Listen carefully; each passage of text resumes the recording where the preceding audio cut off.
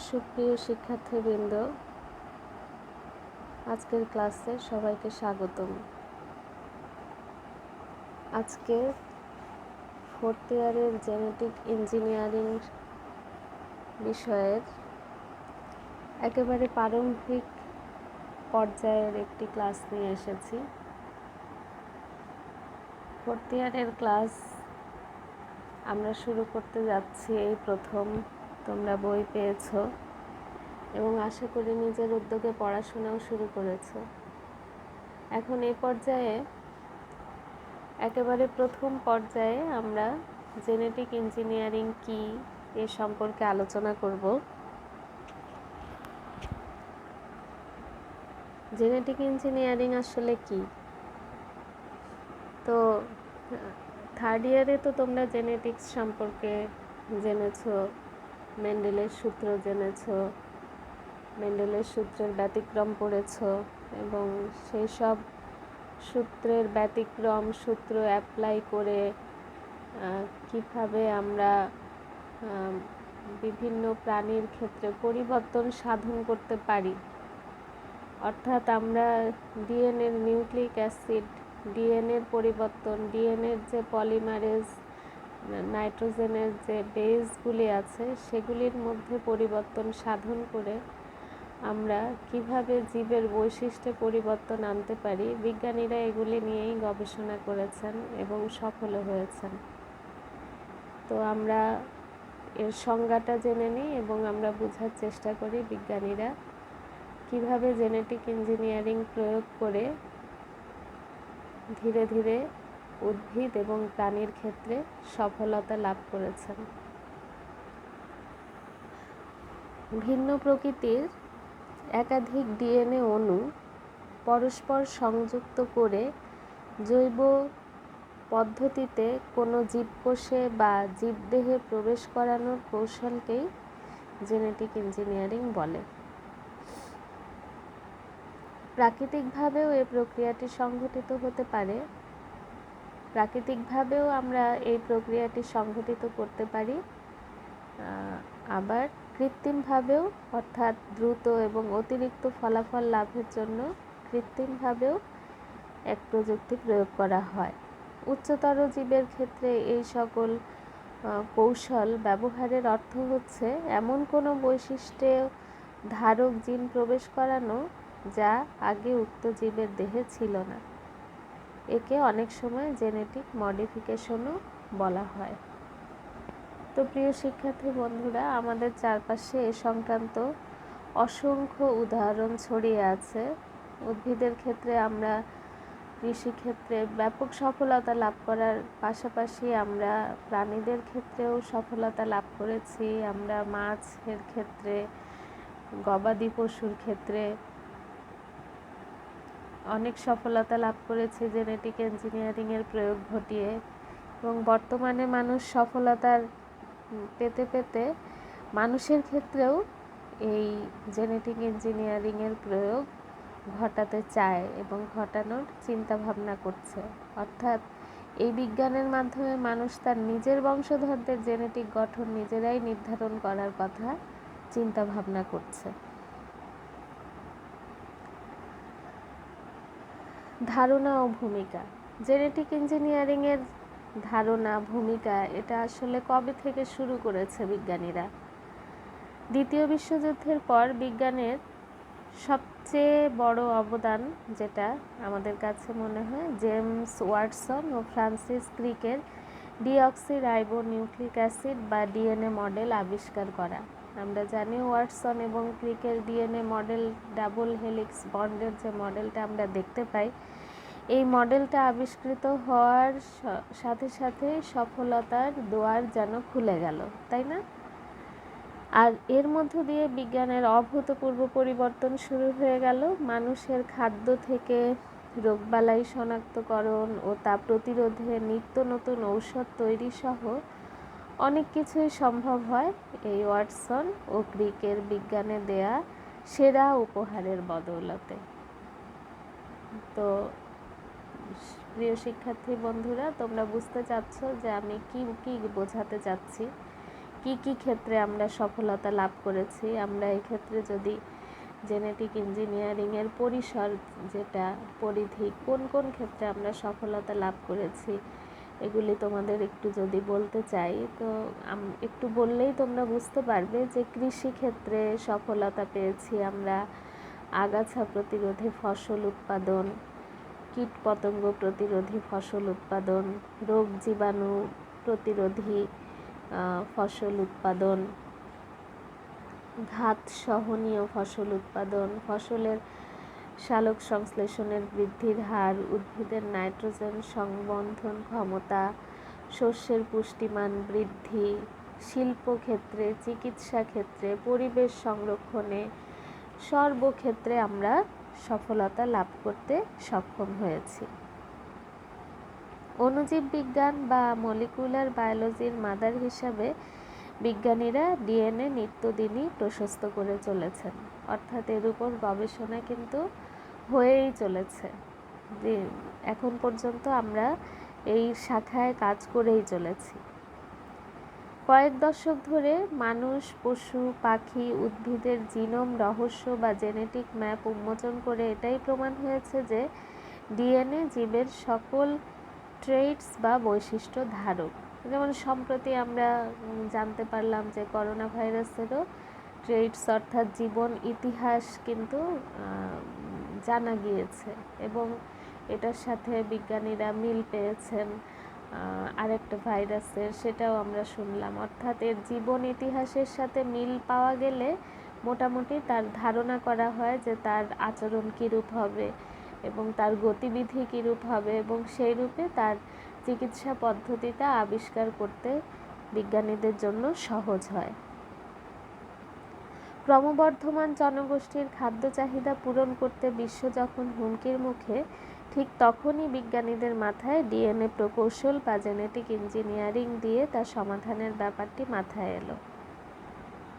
আমাদের পৃথিবীর জনসংখ্যা এখন কত? প্রায় 800 কোটির কাছাকাছি, তাই না? এত বিপুল সংখ্যক জনগোষ্ঠী, কিন্তু সবাই খেয়ে পড়ে আমরা ভালোই আছি।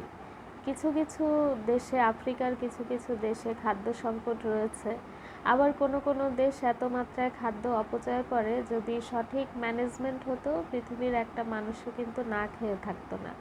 এত মানুষ, তারপরেও কিন্তু তার যে আহারের ব্যবস্থা, রিজিকের ব্যবস্থা, সেটা কিন্তু ঠিকই হচ্ছে। তাহলে এই ক্রমবর্ধমান জনগোষ্ঠীর খাদ্য চাহিদা পূরণ করতে জেনেটিক ইঞ্জিনিয়ারিংয়ের যে ভূমিকা, সেটা কিন্তু অপরিসীম। 1972 সালের গোড়ার দিকে হারব্রেড বয়ার ও Stanley Cohen genetic modified organism বা জিএমও বিষয়ক ধারণা দিয়েছিলেন, যা থেকে আজ অবধি আমরা মাছ, মাংস, সবজি, শস্যের উৎপাদন কয়েক গুণ বাড়িয়ে আমাদের চাহিদা মেটানোর লড়াই অব্যাহত রেখেছি।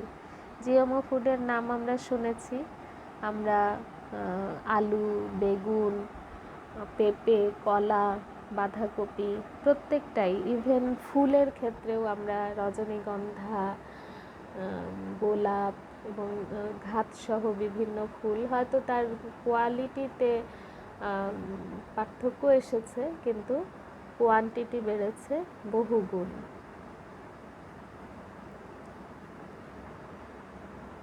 জিএমও খাদ্যের উৎকর্ষতায় আমরা যে ডিএনএ প্রযুক্তির ব্যবহার শুরু করেছি তা সম্ভব হয়েছে জেনেটিক ইঞ্জিনিয়ারিং বা জিন প্রকৌশল বিদ্যার যুগান্তকারী আবিষ্কারের ফলে।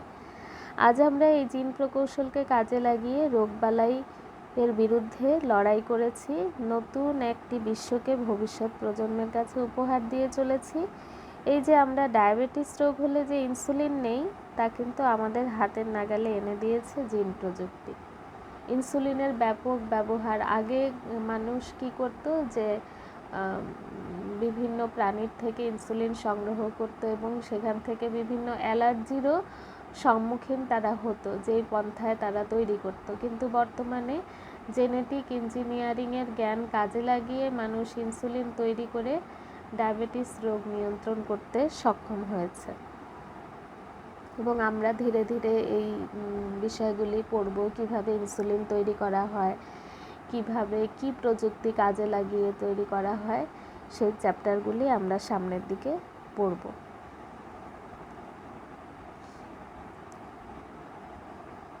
90 দশকের পর থেকে আমরা ফলমূল বর্ধিতকরণ থেকে শুরু করে নিজেরাই তার স্বাদ কেমন হবে তা নির্ধারণ করে নিচ্ছি। 1998 সালের দিকে আমরা এই প্রযুক্তিকে কাজে লাগিয়ে 3 বাবা জিন একত্রিতকরণ করে প্রথমবারের মতো মানব সন্তান হতেও দেখেছি, যা এর আগে কখনো সম্ভব হয়নি। অ্যাকোয়ারিয়ামে যে রঙিন মাছগুলি আমরা দেখতে পাই, যা আমাদের মন হরণ করে, সেটাও কিন্তু জিন প্রযুক্তিরই ফসল।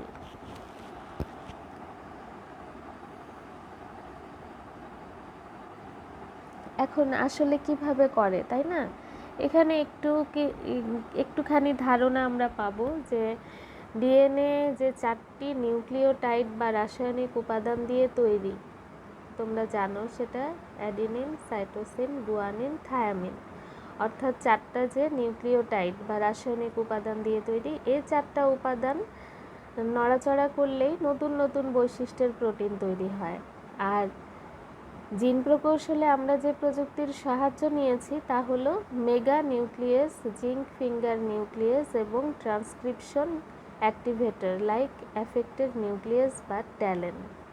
ব্যাকটেরিয়া নিঃসৃত এনজাইম, যাকে আমরা রেস্ট্রিকশন এনজাইম বলি, তা দিয়েও ডিএনএ কোনো নির্দিষ্ট অংশ কেটে অন্য একটি অংশ সেখানে এনে জোড়া দেওয়ার প্রযুক্তি হলো জেনেটিক ইঞ্জিনিয়ারিং। তাহলে আমরা এখানে কতগুলি নতুন টার্মের সাথে পরিচিত হলাম এবং কিভাবে আসলে এই কাজটা করে তার একটা হিন্টস এখানে প্রদান করা হয়েছে।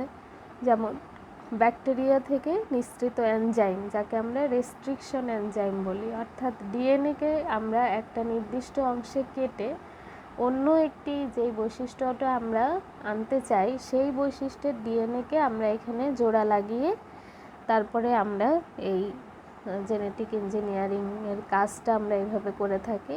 তবে দীর্ঘদিন ধরে এই প্রযুক্তি ছিল সময় সাপেক্ষ, ব্যয়বহুল ও জটিলতার অভিযোগ গবেষকদের মুখে মুখে ছিল এবং তার সমাধানের লড়াই বিজ্ঞানীদের অব্যাহত ছিল এবং আছে। তাহলে আমরা এখানে নতুন একটা টার্মের সাথে পরিচিত হলাম, সেটা হচ্ছে রেস্ট্রিকশন এনজাইম, এবং এর সাহায্যে আমরা ডিএনএর একটা নির্দিষ্ট অংশ কাটতে পারি, তাই না? তো ডিএনএ তো কোষের মধ্যে, ক্রোমোজোমের মধ্যে অবস্থিত খুবই সূক্ষ্ম একটা জিনিস, যেটা খালি চোখে তো অবশ্যই দেখা যাবে না। এবং এটা কাটবো কিভাবে আমরা? হঠাৎ করে বিজ্ঞানীদের মাথায় এটা আসলো যে এটা কিভাবে কাটা যায়। কারা এই কাজটা করলেন? এই কাজটা করলেন হচ্ছে সুইজারল্যান্ডের বাসেল বিশ্ববিদ্যালয়ের অধ্যাপক ওয়ার্নার আরবার 1965। তিনি সর্বপ্রথম রেস্ট্রিকশন এনজাইমের উপস্থিতি সম্পর্কে ধারণা দেন। তিনি লক্ষ্য করেন যে ব্যাকটেরিয়ার এনজাইম কাঁচির মতো করে ভাইরাসের ডিএনএ নির্ধারিত অংশে কাটতে সক্ষম। এই ঘটনার পরপরই জন হপকিনসন বিশ্ববিদ্যালয়ের অধ্যাপক হ্যামিল্টন স্মিথ এবং পরবর্তীতে 1971 খ্রিস্টাব্দে ওই একই বিশ্ববিদ্যালয়ের ড্যানিয়েল ন্যান্থাস এই এনজাইম ব্যবহার করে বানরের টিউমার ভাইরাস থেকে ডিএনএ ভাঙতে সমর্থ হন এবং 1978 খ্রিস্টাব্দে এই কাজের জন্য 3 জন বিজ্ঞানীকে নোবেল পুরস্কার প্রদান করা হয়। তাহলে এই গুরুত্বপূর্ণ কাজটি সমাধা করার জন্য তারা কিন্তু ইতিমধ্যে প্রসিদ্ধি লাভ করেছেন। তো সুতরাং এই নাম 3টা তোমরা অবশ্যই পড়ে নিবে। আমি এটা স্লাইডে উল্লেখ করিনি, তোমরা এটা খেয়াল করে পড়বে। এবং এর মধ্যে প্রায় 100 ধরনের রেস্ট্রিকশন এনজাইম আবিষ্কৃত হয়েছে। তো আমরা জানার চেষ্টা করব এখানে যে জেনেটিক ইঞ্জিনিয়ারিংয়ে বহুল ব্যবহৃত যে রেস্ট্রিকশন এনজাইম সেটা আসলে কিভাবে কাজ করে, আর এটা যে বিভিন্ন ভেক্টরের সহায়তা নিয়ে যে কাজ করা হয় তার মধ্যে প্লাজমিড একটা ভেক্টর। তো আমরা প্লাজমিড সম্পর্কেও জানবো এবং রেস্ট্রিক্টেড এনজাইম সম্পর্কে জানবো। আমি এখানে একটা thrusschool.com-এর একটা পেজের সহায়তা নিয়েছি, ওখান থেকে রেস্ট্রিক্টেড এনজাইম সম্পর্কে তোমাদেরকে কিছুটা জানানোর চেষ্টা করছি। তোমরা একটু ভালো করে শুনো যে সেটা কী জিনিস। যে ডিএনএ অণুকে কাটার জন্য যে এনজাইম ব্যবহার করা হয় তাকে রেস্ট্রিকশন এনজাইম বলে, ডিএনএ অণুকে কাটার জন্য। এই এনজাইম হচ্ছে এক ধরনের নিউক্লিয়াস মানে হচ্ছে যে ডিএনএকে কাটতে পারে, ঠিক আছে। এই এনজাইম আরএনএকেও কাটতে পারে, তাহলে নিউক্লিয়াস এটার মানে হচ্ছে ডিএনএকে যে কাটতে পারে, ঠিক আছে। খুবই সুন্দর করে এখানে বলা হয়েছে, এজন্য আমি ওখান থেকে কপি করতে পারিনি, বিধায় আমি এভাবে নিয়েছি। অর্থাৎ নিউক্লিয়াস হচ্ছে এমন একটা মলিকুল যেটা নিউক্লিক অ্যাসিডকে কেটে ফেলতে পারে।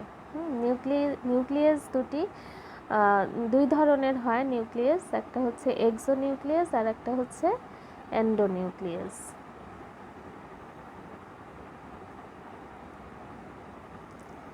আচ্ছা, এক্সোটা কি? যে এক্সোটা হচ্ছে এই নিউক্লিয়াসগুলো ডিএনএকে এক প্রান্ত থেকে কাটে, অর্থাৎ এরা ডিএনএকে বাইরে থেকে কাটে, তাই এটা এক্সো।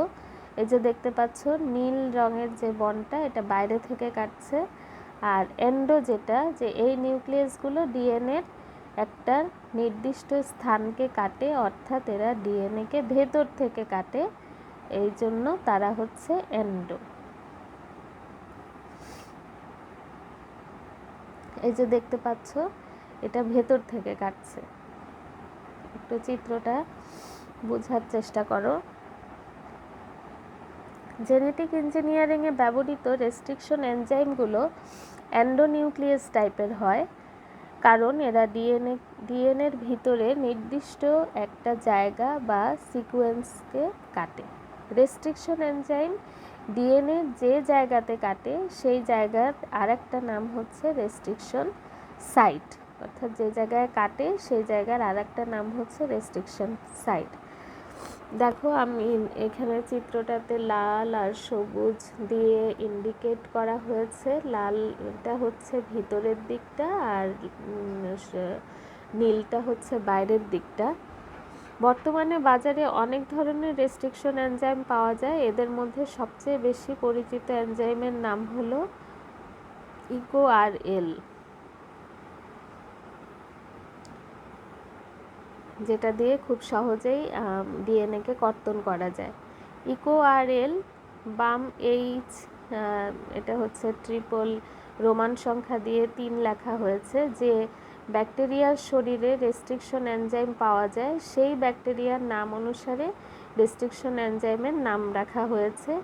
যেমন উপরের যে রেস্ট্রিকশন এনজাইম সেটা ইকোআরআই নামটা, এটা দেখো এখানে ইকো মানে হচ্ছে ইকোলি ব্যাকটেরিয়া। প্রতিটা রেস্ট্রিকশন এনজাইমের নামের মধ্যে 3টা জিনিস থাকে, অর্থাৎ কিভাবে এর নামকরণ করা হয়েছে রেস্ট্রিকশন এনজাইমের সেটা বলা হয়েছে যে 3টা ইংলিশ লেটার যেটা ব্যাকটেরিয়ার নামের থেকে আসে। অর্থাৎ রেস্ট্রিকশন এনজাইমের নামকরণ করতে হলে ব্যাকটেরিয়াটার নাম থেকে 3টা ইংরেজি লেটার নেবে, একটা আলাদা লেটার এবং এই লেটারের সাথে একটা রোমান সংখ্যা। এই যে একটা আলাদা লেটার এবং এর সাথে রোমান সংখ্যা, এইভাবে রেস্ট্রিকশন এনজাইমের নামকরণ করা হয়।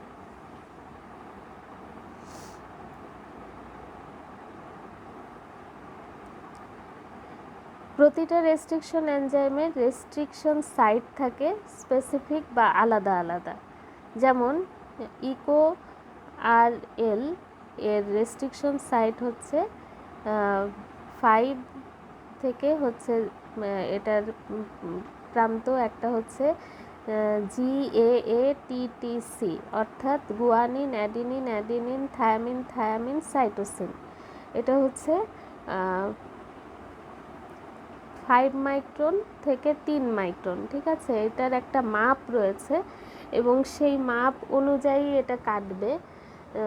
যেমন এখানে চিত্রটা দেখে একটু বোঝার চেষ্টা করো, খেয়াল করো। এই রেস্ট্রিকশন সাইটের বিপরীত দিকের ক্ষার বা বেসগুলোকে যদি সাজিয়ে লিখি তবে সেটা কি হবে? এই যে দেখো এখানে guanine adenine adenine thymine thymine cytosine, ঠিক আছে। তারপরে নিচে এটা ঠিক উল্টে যাবে নিচের দিকটা, অর্থাৎ সাইটোসিন, থায়ামিন, অ্যাডিনিন, গুয়ানিন। এখানে একটা মজার জিনিস খেয়াল করো, এখানে 5 মাইক্রন থেকে 3 মাইক্রনের দিকে বেজের সিকোয়েন্স যেমন এর উল্টো দিকে 5 থেকে 3-এর দিকের বেজের সিকোয়েন্সের সাথে মিলে যায়।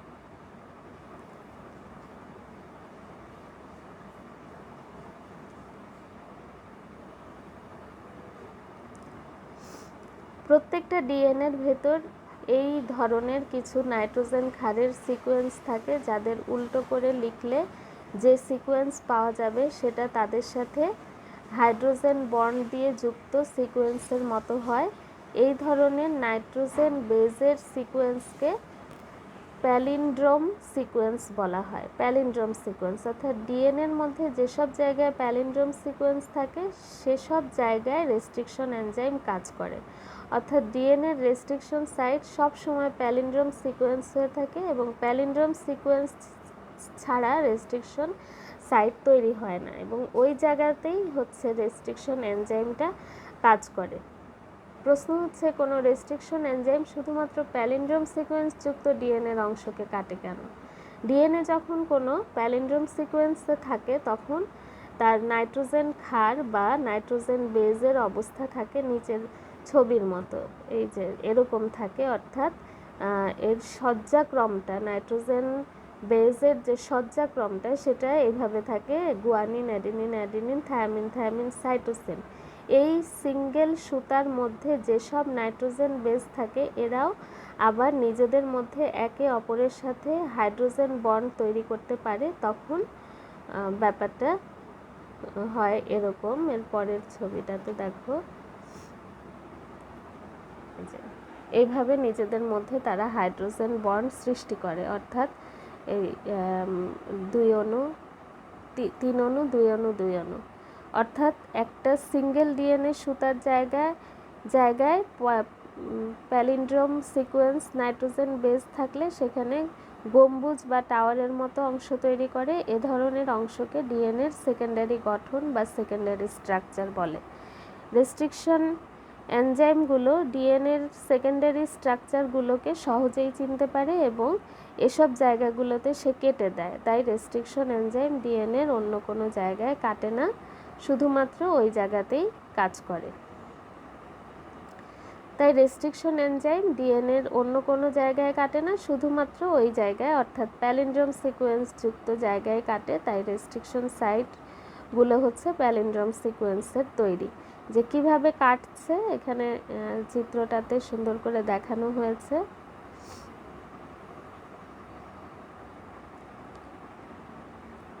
এই যে এই পাশ থেকে যেমন জি আলাদা হয়ে যাচ্ছে, ঠিক এই পাশ থেকেও জি আলাদা হয়ে যাচ্ছে।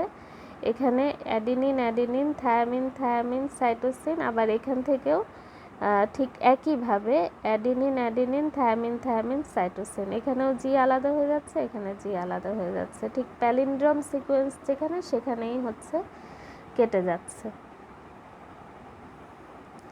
তো আমার মনে হয় যে এখানে যত সহজ করে রেস্ট্রিকশন এনজাইম সম্পর্কে বলা হয়েছে এত সহজ করে অন্য কোথাও বলা নাই। আমার কাছে এই ইয়েটা মানে টপিক্সটা খুব ভালো লেগেছে জন্যেই, সহজবোধ্য মনে হয়েছে জন্যেই আমি এটা এখানে তুলে ধরেছি।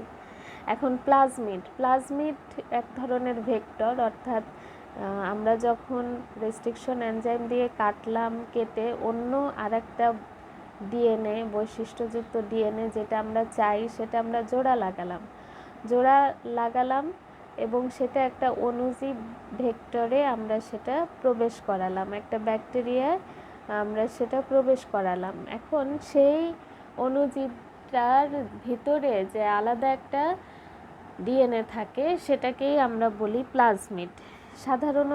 সাধারণভাবে প্রোক্যারিওটিক কোষ, কখনো কখনো ইউক্যারিওটিক কোষে এক বা একাধিক ক্রোমোজোম বহির্ভূত ডিএনএ বা রেপ্লিকন পাওয়া যায়, এদের প্লাজমিড বলে। ঠিক আছে, অর্থাৎ ক্রোমোজোম বহির্ভূত। আমরা তো জানি যে ডিএনএ ক্রোমোজোমের মধ্যে থাকে, কিন্তু এই প্লাজমিডটা আলাদা থাকে এবং সেখানেই আমরা এই কালচারটা করতে পারি।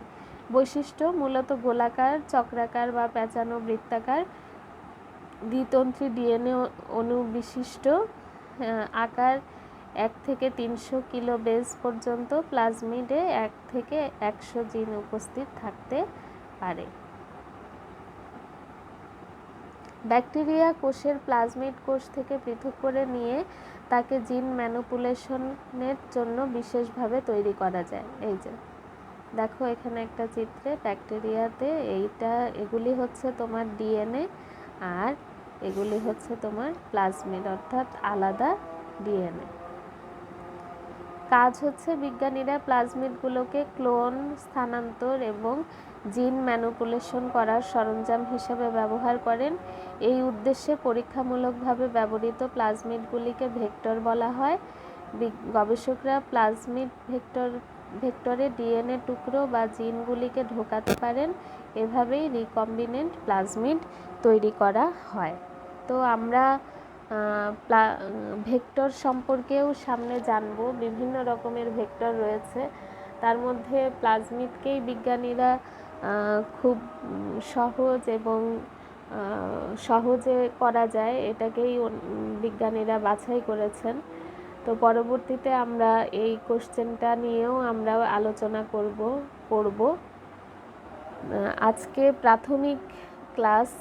প্রাথমিক পর্যায়ের ক্লাসে আমি জেনেটিক ইঞ্জিনিয়ারিং কি, জেনেটিক ইঞ্জিনিয়ারিংয়ের ইতিহাস, এর ধারণা, এর পরিসর, কি জায়গায় কাজ করা হচ্ছে, তারপরে কিভাবে কাজ করা হচ্ছে, তার মধ্যে রেস্ট্রিকশন এনজাইম কি ভূমিকা পালন করে এবং প্লাজমিড কি, এ সম্পর্কে আলোচনা করেছি। তো আশা করি আজকের ক্লাসটা তোমরা খুব সহজেই বুঝতে পেরেছো। আমি যতটা সম্ভব সহজবোধ্য করার চেষ্টা করেছি।